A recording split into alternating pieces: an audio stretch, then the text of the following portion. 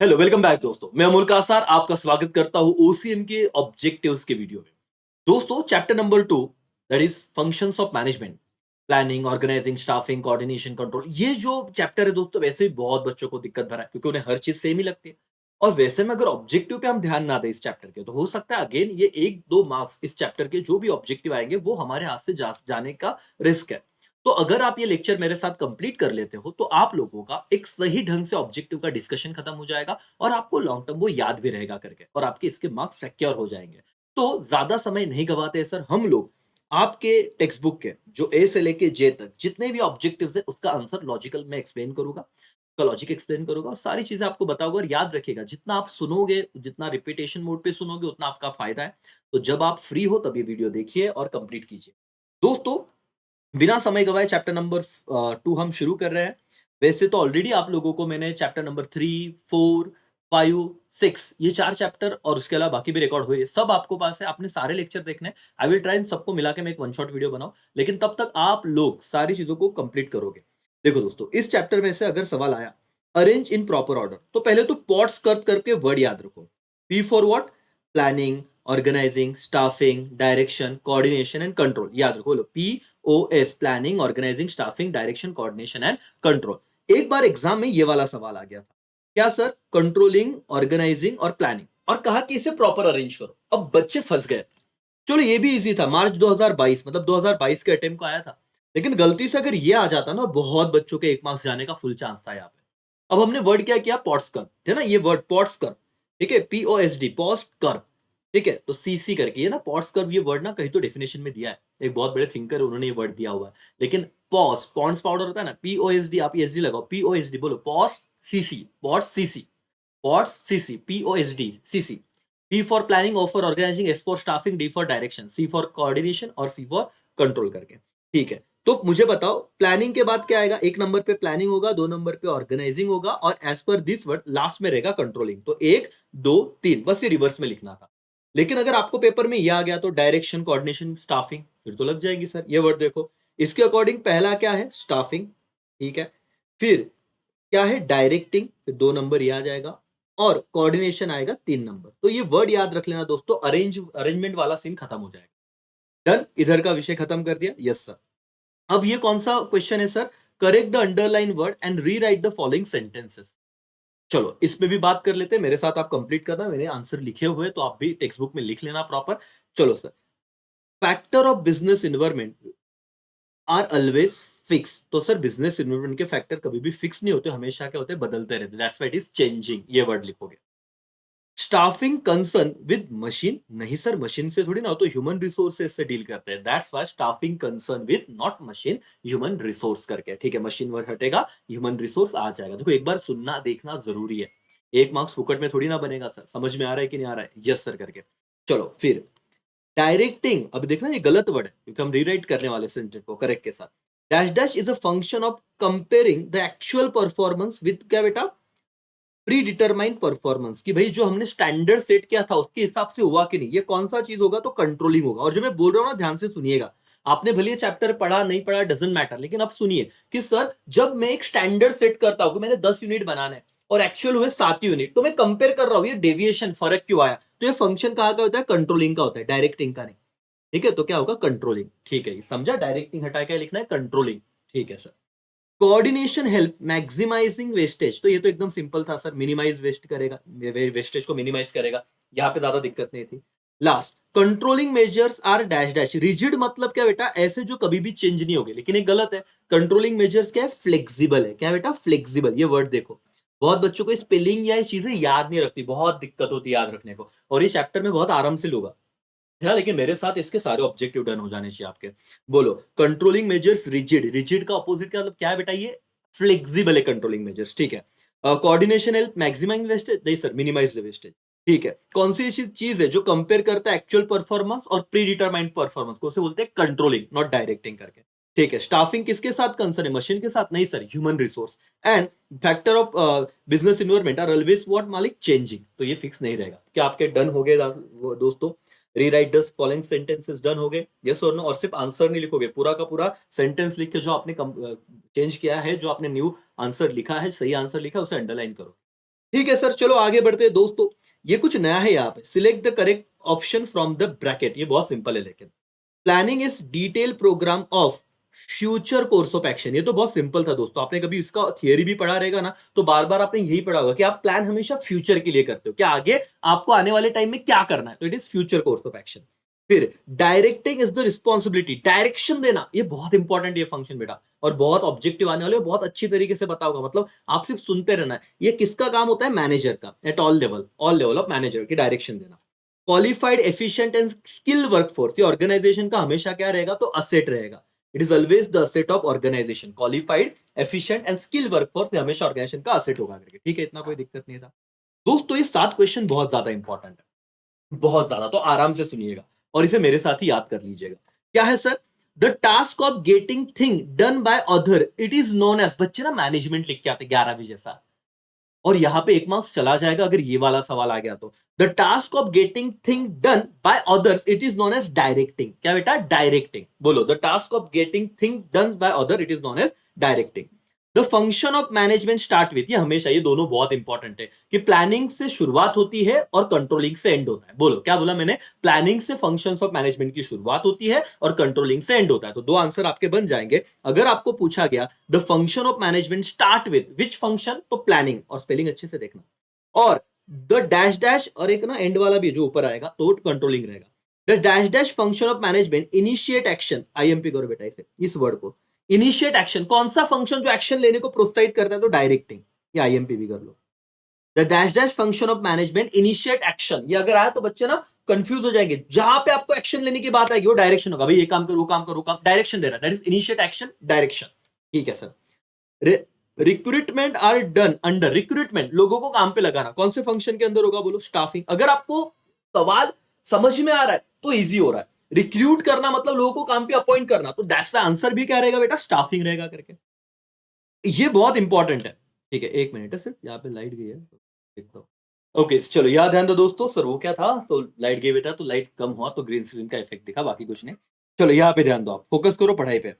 Okay, तो जैसे जैसे ऐसे कुछ इतने सारे दिक्कतें आती है देखो रिकॉर्डिंग के दरमियान, और आप वो ढोक लो कि आपको एक लाइक करने में दिक्कत हो रही है ना? और क्यों? क्योंकि बच्चों तक, ज्यादा बच्चों तक वो पहुंचे है, इसीलिए। बाकी उससे हमें रेवेन्यू थोड़ी ना मिलेगा, है ना? क्योंकि जितना यूट्यूब रिकमेंड करेगा उतने बच्चों को कि हाँ यार देखिए फायदा होगा इस चीज से।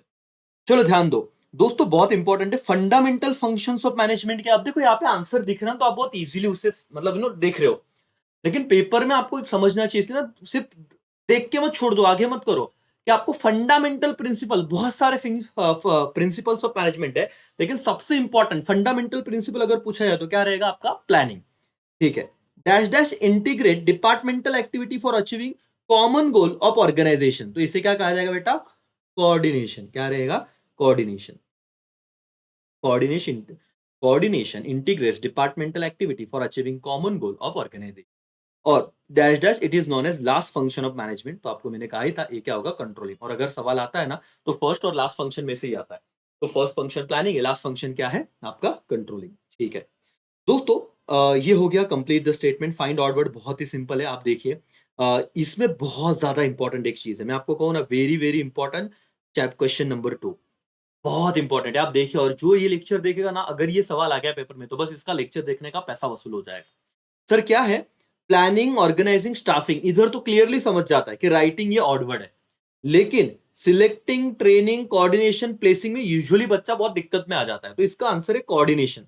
बाकी आप देखो, ये स्टाफिंग के मतलब, स्टाफ जब किसी वो एम्प्लॉय को सिलेक्ट करता है, उसे सिलेक्ट करने का, उसे ट्रेनिंग देना पड़ेगा, उसको प्लेसमेंट देना पड़ेगा, तो ये सब स्टाफिंग से रिलेटेड है। तो कोऑर्डिनेशन क्या हो जाएगा? ऑड वर्ड, तो इसलिए इसे आईएमपी करना सेकंड को।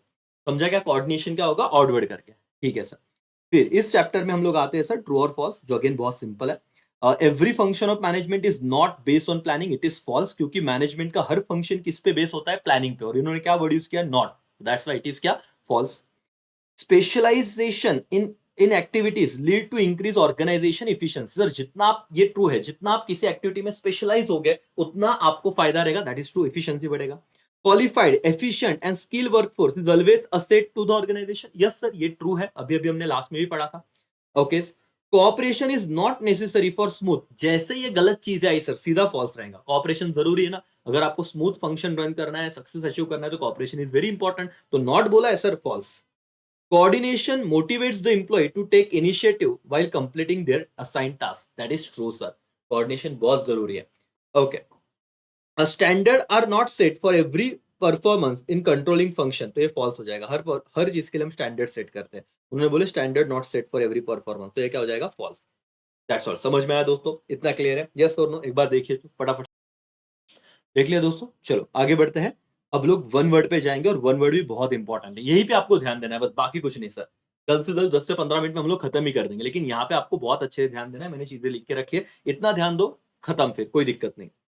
Right person at right job with right पे, सही व्यक्ति सही जगह पे सही पे के साथ अपॉइंट करना, ये क्या है sir? Basic principle of staffing है। वन वर्ड क्या लिखोगे?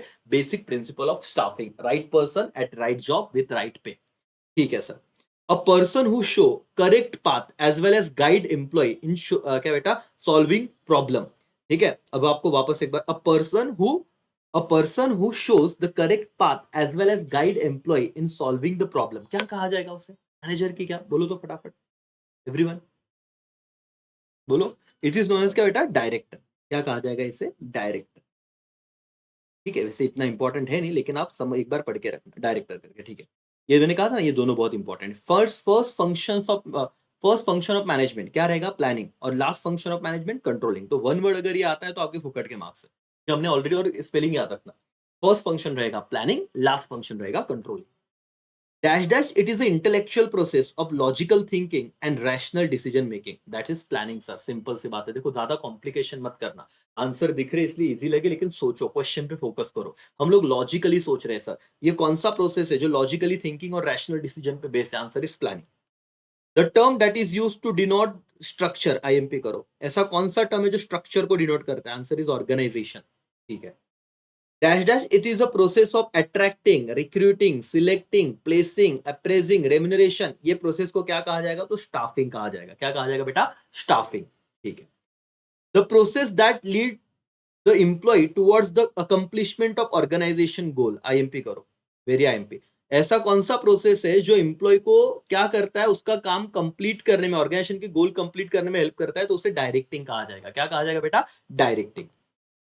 डैश क्या है? वन वर्ड बताओ। Increase the team spirit, IMP coordination. तो ये कुछ वर्ड है ना, बहुत कंफ्यूजन होता है बेटा, मैं तुमको बता रहा हूँ। देखो, एम्प्लॉय अपना काम कंप्लीट करेगा डायरेक्शन से, और टीम स्पिरिट होगा कोऑर्डिनेशन से। बोलो, टीम स्पिरिट किसी से होगा? कोऑर्डिनेशन से। तो वन वर्ड क्या होगा? The process, the increase the team spirit of work place, तो coordination. Last, the process of comparing actual performance with the pre determined standard performance, हमने देखा ना अभी अभी, कंट्रोलिंग, कि आप एक्चुअल को कंपेयर कर रहे हो स्टैंडर्ड से, ये क्या हो जाएगा? हमेशा कंट्रोल हो जाएगा, ठीक है सर। छोड़ दो, मैच द पेयर्स। प्लानिंग, ये याद रखो, तो भी आगे के सवाल तुम्हें जमी जाएंगे। प्लानिंग, प्लानिंग क्या होगा? Decision in advance, what to do, how to do, when to do, and who is to do it. Simple सी बात है, क्या करना है, कब करना है, कैसे करना है, कौन करेगा, इसे कहते हैं प्लानिंग। ऑर्गेनाइजिंग क्या है sir? Decide the way and means to achieve what has been plan, जो प्लान हुआ है उसे कैसे अचीव करना है, उसे कहते हैं ऑर्गेनाइजिंग। स्टाफिंग, सर क्या है staffing? It is a process of recruiting, selecting, placing and remunerating. देखो, वन वर्ड में भी आया था, तो यहाँ पे याद रखो, आपको कहीं ना कहीं समझ जाएगा, और ये बहुत की चार्ट है। ये समझो तो आपको एटलीस्ट उसका इसेंस समझेगा, और ऐसे आप समझो, एक एक पॉइंट लिखते तो आएगा। स्टाफिंग में क्या बेटा? Recruit, select, place and remunerate. Directing, directing क्या? It is a process of instruction, guidance, communication and motivation, तो इसको कहेंगे डायरेक्टिंग। वर्ड को याद रखना, एकदम सिंपल है सर। और कोऑर्डिनेशन क्या रहेगा? It is a integration and क्या बेटा? Synchronisation of efforts of group. Coordination, synchronisation word आया तो कोऑर्डिनेशन रहेगा। सिंक्रोनाइज मतलब क्या? सब चीजों को एकदम प्रॉपर तरीके से साथ में लेके आना, that is coordination. Done, okay sir, अब खत्म हो जाएगा, 7 ही पॉइंट है। चलो, functions of management start with planning. Simple है, बार बार हम वही पढ़ ले कि फंक्शन ऑफ मैनेजमेंट हमेशा प्लानिंग के साथ शुरू होगा। Functions of management and with controlling, ठीक है सर, वापस रिपीट हुआ। Dash dash set standard for controlling, तो प्लानिंग क्या करेगा? कंट्रोलिंग के लिए स्टैंडर्ड सेट करेगा। Organisation function is important for execution of plan which have been prepared by dash dash management. हमेशा प्लान कौन करेगा बेटा? Top management. तो ऑर्गेनाइजिंग फंक्शन हेल्प करेगा कि जो टॉप मैनेजमेंट ने प्लान किया उसे हम एग्जीक्यूट करें। Okay, dash dash is the function which support to activate the plan with the help of employ, कौन सा? डायरेक्टिंग, अंडरलाइन करना और आईएमपी करना। ऐसा कौन सा फंक्शन है जो प्लान को एक्टिवेट करता है? Support to activate the plan with the help of employ, तो answer is directing. Dash dash is a function of execution according to the plan, the organisation structure तो staffing. Last one, dash dash changes are work in such a way that minimise the क्या बेटा conflict are raise, underline और इसको IMP करना। Coordination अगर आया तो आपके कन्फ्लिक्ट, ये देखो कन्फ्लिक्ट मतलब झगड़े, झगड़े को कम करने, मिनिमाइज द कन्फ्लिक्ट, झगड़े कौन कम करेगा? तो कोऑर्डिनेशन, जितना आपका कोऑर्डिनेशन रहेगा उतना झगड़े क्या होंगे? कम। That's all. तो बेटा ये भी ज्यादा कुछ इंपॉर्टेंट वैसे था नहीं, क्योंकि इसके तो 4 ऑप्शन होते हैं तो आपको इजीली समझ में आता है। जो इंपॉर्टेंट था वो हमने किया, ए से लेके आई थिंक सो आई जे तक। तो दैट्स ऑल, डन हो गया। ओके, कहाँ तक था? आई तक था। ओके, नहीं जे तक था करके, ठीक है। तो चैप्टर 2 भी डन। तो यहाँ पे दोस्तों इसी तरह से हमने बहुत अच्छी तरीके से चैप्टर 2 कंप्लीट किया। आई होप आपका मेरे साथ हो गया रहेगा 15 मिनट में, कोई ज्यादा टाइम नहीं लगा। सो ऐसे ही पढ़ते रहो, मोटिवेट रहो। हमने अब 3 चैप्टर बचे, फर्स्ट 7 और 8, और वो ईजी है वैसे तो। हम आपको हमेशा आईएमपी देते हो चैप्टर, तो आप बच्चे करते ही है, लेकिन 5 चैप्टर हमारे डन हो गए। चलो, thank you so much, bye, take care, जय हिंद, जय भारत।